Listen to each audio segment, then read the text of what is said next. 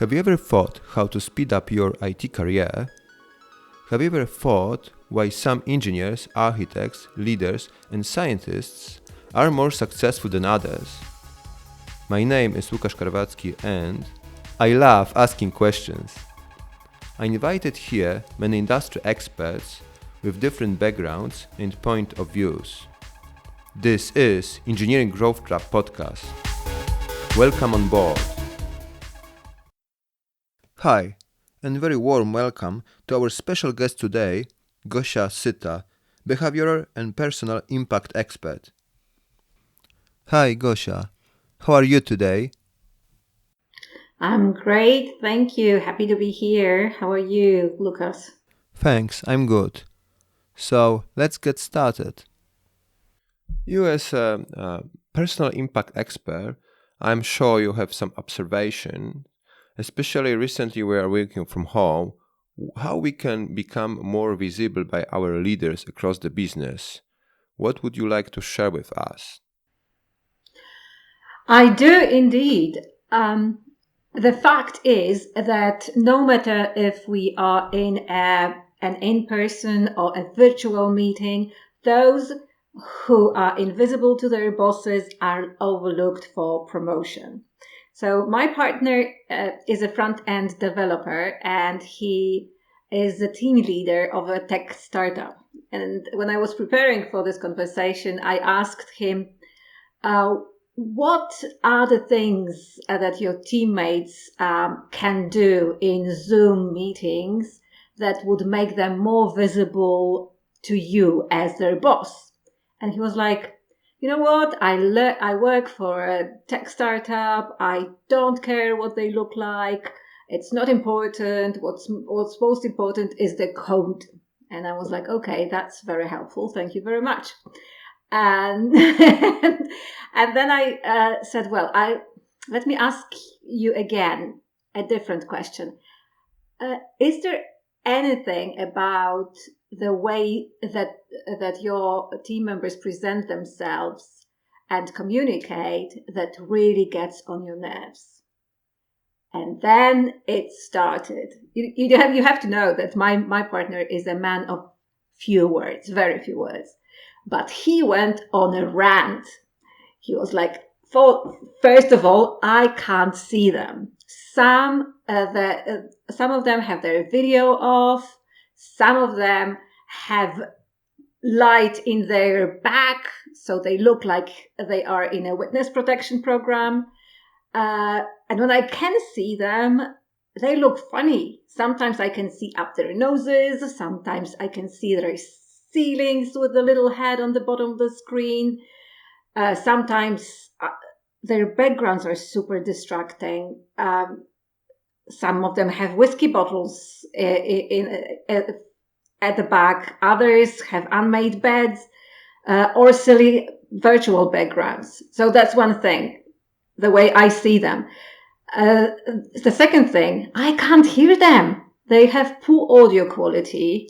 They have loads of background noises, and they don't mute themselves. And third of all, I feel like they're not engaged. They don't look at the camera because you know how the developers work. Most of the time they have two screens and they always look at the screen that doesn't have the camera on it. So I can see their side.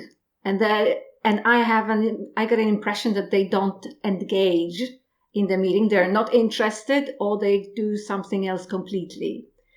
And the second thing is they don't actively participate in meetings. They don't share their ideas. They don't tell me when they struggle with their code. And then they give me a project that I have to completely rewrite. So 3 things: the visibility, actual visibility, their audio, and their engagement. And these were the things that my partner complained about the most. Can we stop here regarding the engagement point? Do you mean if they have a side camera, does it mean that others might think they are not engaged? It does look this way. If someone does not maintain eye contact with you in a live conversation, it normally means it normally signals that either they are thinking or they are not engaging. And if in a virtual meeting you spend most of your time looking somewhere else rather than in the camera, it looks like you don't care or you have something better to do. I've never compared a Zoom meeting to a live meeting. You mentioned that in a live meeting, if you are not looking in someone's eyes, you don't really feel the connection with the other person, right? So, if I understand correctly, to be professional in a Zoom meeting, it's much better to look into straight to the camera. Does it make sense? Yes, exactly. And it is very difficult because when I have a conversation with you right now, I can see you on my screen. So I want to look at you. I want to connect with you through eye contact. But the way you see it when I look at you on the screen is that I look down. It's only when I look at the camera you have an impression of person-to-person connection. So we need to develop this habit of looking in the camera rather than looking at the screen or away from it. So, our first point is look into the camera, whatever happens, and try to make a connection and treat a Zoom meeting as in a room meeting. I've never thought like that. I think it's a great observation. Regarding to another point, can't hear them. Is it regarding the equipment they are using or poor quality microphones, noises in the background? What does it really mean?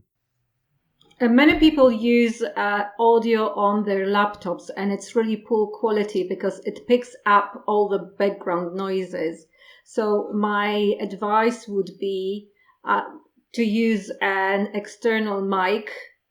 Also, if you have a webcam, which is a great idea as well for video, because the image is much sharper, your webcam will also come with a microphone, so which is again much better quality than your internal microphone on your laptop. Okay, that's a great advice. One of the points was they cannot see them. Engagement always means eye contact. Of course, if they cannot see them, it doesn't really mean that they are not engaged, but it doesn't look professional. This is how I understand. Is that right? Yes, absolutely. And especially in group meetings, it can feel very weird for someone who leads a meeting because when they break eye contact with the audience and look at the gallery view, my partner said it's like looking at people waiting at the bus stop. They are looking up, looking sideways, and not engaging with me. So it feels really strange, and I'm no longer sure if they're following what I'm saying. This is what we have just realized. That is better seen as an engineer working from home or remote office. You need to be more careful how you behave in front of the screen, in front of your computer camera, how you can be seen on the screen by others. It's worth to consider how should I be visible. When may I interrupt here? The visibility also has to do with the way you position yourself in the frame. Many people are somewhere to the side or at the very bottom of the screen. We can see their whole ceiling. Yes, I can confirm.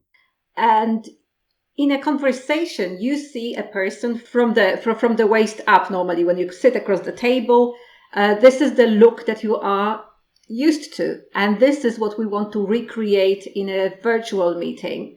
So not too close with your face filling the camera, because this is weird, isn't it? I've just done it to Lucas, and he pulled away immediately. So we want to be seen from the waist up. Want to fill the frame because we want to be the focal point. If we want to be visible, we want other people to see us, which means see our face, our eyes, our facial expressions, and our hands. Hands are really important because they are a trust indicator. A trust indicator? Yeah, you might have heard that in our very distant past many years ago, people paid a lot of attention to our hands because they had to see if if you carry some kind of a weapon and in them. And we don't carry weapons anymore here, at least. But our brain still thinks this way. So we like to see other people's open hands. I don't know if you've noticed when you are in a meeting with someone and they keep their hands under the table. It's weird, isn't it? You keep thinking, what are they doing there? Why are they not showing me their hands? And it works the same way in remote meetings. So show me your hands. I must admit that every time I'm in a room meeting, I don't really know what I should do with my hands. How I can look professional. I take usually my laptop with me. I don't know if it's the best idea, but if you have your laptop in front, you are less focused on the conversation with others. You potentially might miss some important information for your project. At this point, I'd like to touch on. We've touched upon the appearance in our Zoom meetings, and we might mention very briefly the way you present yourself on the outside. I mean, we are all working from home right now, so nobody expects anyone to dress up like they would for the office, but still try to be presentable. And because people judge others by the way they look, this is something also that goes back a long time. We make judgments on what they see, what we see, and what we hear. And if there is a clash between what we see and what we hear, we are much more likely to go with what we see. So be very mindful about how you carry yourself on Zoom. And on the back of this, if you want to be perceived as more confident, because this is, I gather, something that we want to achieve if we want more visibility and more impact at work, there are some things that we can do on top of looking professional in our grooming. So we've mentioned already how to use gestures when we speak with others, how to use eye contact. I would add to it the way we sit. If we slouch like so, we look very differently to when we sit upright and fill the screen nicely. People and other animals, we project authority by taking up space. And when someone takes up a lot of space, we assume that they have a lot of authority and a lot of confidence. I don't know, Łukasz, if you've ever noticed how people who are confident or who are superior in their roles, they take up more space than others. And they take up more space physically. They are taller. They take up a lot of space vertically and horizontally, and they take up a lot of space with their things. They take up more space on the desk than other people. So this is how we show status and how we show authority. So make sure that you are straight, you keep your eye contact, and you are quite still. I mean, it's not for everyday meetings, but if you do a presentation, if you speak with a client, if you have an important point to make, try not to fidget, because it's distracting and it's a behavior that is not typical of someone who is confident. Someone who is confident is quite still. Have you noticed, like, actors play kings and queens? Kings and queens never fidget. They are very still, and everything moves around them. They move very little. So if you want to have more impact and you have a very important message, keep still in the frame. And then you can go back to more energy. Just to wrap up this part of the conversation, even if you are in an online meeting, think about this as it is a live meeting. Thanks to this, you will be more focused on and concentrated on the conversation, and you will look more professional. You should be sure that people see you. You should be sure that they can hear you properly. You should be sure that they can see your face and they can have eye contact, even if it's through cameras. Absolutely. Look, when you want other people you work with, or people who do some work for you, to be confident, because that makes you feel safe. Imagine that you get into a taxi and the taxi driver is like, so, okay, where do we want to take me? Is this speed okay? Or should I speed up? Is this fine? Or maybe I will slow down. Should we take this route or that route?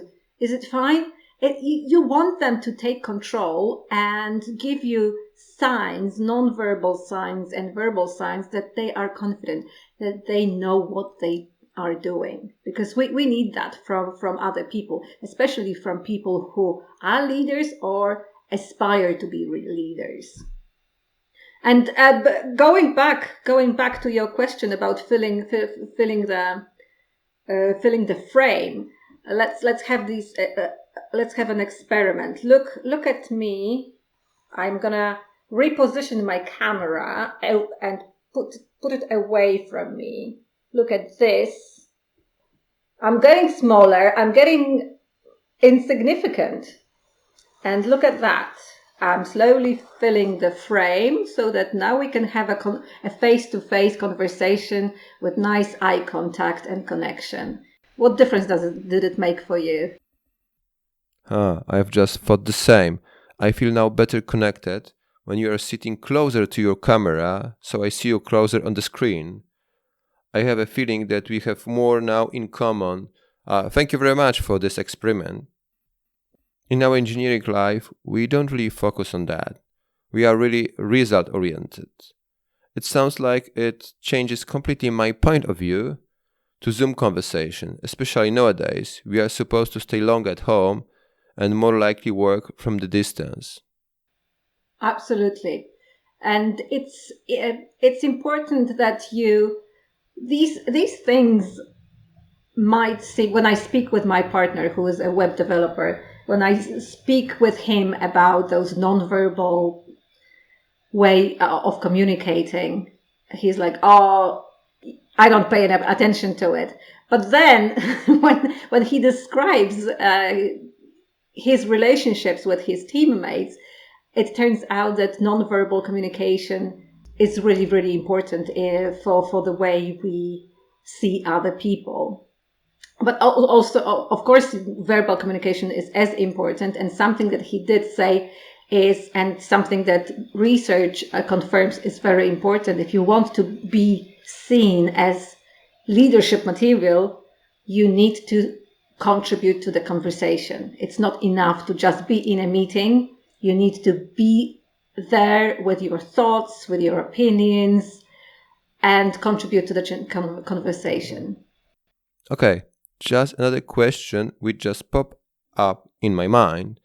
What would be if I don't want to be a leader? I just want to be an engineer doing my daily work. Why I should care about this if I don't want to be promoted? What's the difference for me? The difference is, if you don't communicate, if you don't speak up in meetings, the problem is that your boss will not know how well you are doing with your project. And a very, very, very common problem that my partner has is people not telling him how they are getting on with the project. And then when the day comes for them to give the project to production, it turns out that it's all messed up. It needs a complete rewrite, and they can't meet the deadline. The lines of communication have to be open, and people need to speak up at meetings to make sure that everybody knows where everyone else is, even if they don't care about getting promoted. Okay, so it doesn't matter if I want to be a leader or not. I should be more careful how I behave in front of my camera in a meeting and be able to share my opinions and show my expertise, share my project status quite confident, right? Mm-hmm. Absolutely. You, on the one hand, you want people to see you as a competent person, right? And I bet that in your all the engineers who are listening to this podcast know their stuff, but you also want to be easy to work with because you are part of a tribe in your organization, and people want you to be communicative. They want you to be flexible so that everybody gets along, because there is a huge human element to cooperation at work, and we always need to remember that. So, just to wrap up this part, our takeaway here is to take care more how they look like in front of the screen, and they will look like more confident and trustworthy people for cooperation, right? Absolutely. One last thing that I would say, remember that we are now in virtual meetings, we all sit in the front row. There is nowhere to hide unless you decide to switch your camera off, which you shouldn't do because it's awkward for the person running the meeting. They don't know if you are still there or you popped out to the kitchen to make yourself a cup of coffee. So they don't know if there's anyone on the other side of the screen. So be kind to the leader of the meeting. Be there in body and in spirit as well. That's great. Thank you very much. To be honest, I learned quite a lot during this interview because I have never thought how I'm behaving in a conference call. I have never thought how much it impacts my career and how much it impacts how I can be seen as a trustworthy team member. Thank you very much. And it was a very strong message in the end. Thank you, Lucas. Thank you, Gosia. And talk to you next time. And I would like to invite you for the next episode with Leon van der Laan, ex-corporate leader and a remote work advocate. And there is something else. Remember to follow the podcast so you won't miss next episode. Cheers. Music by Stella Ronson.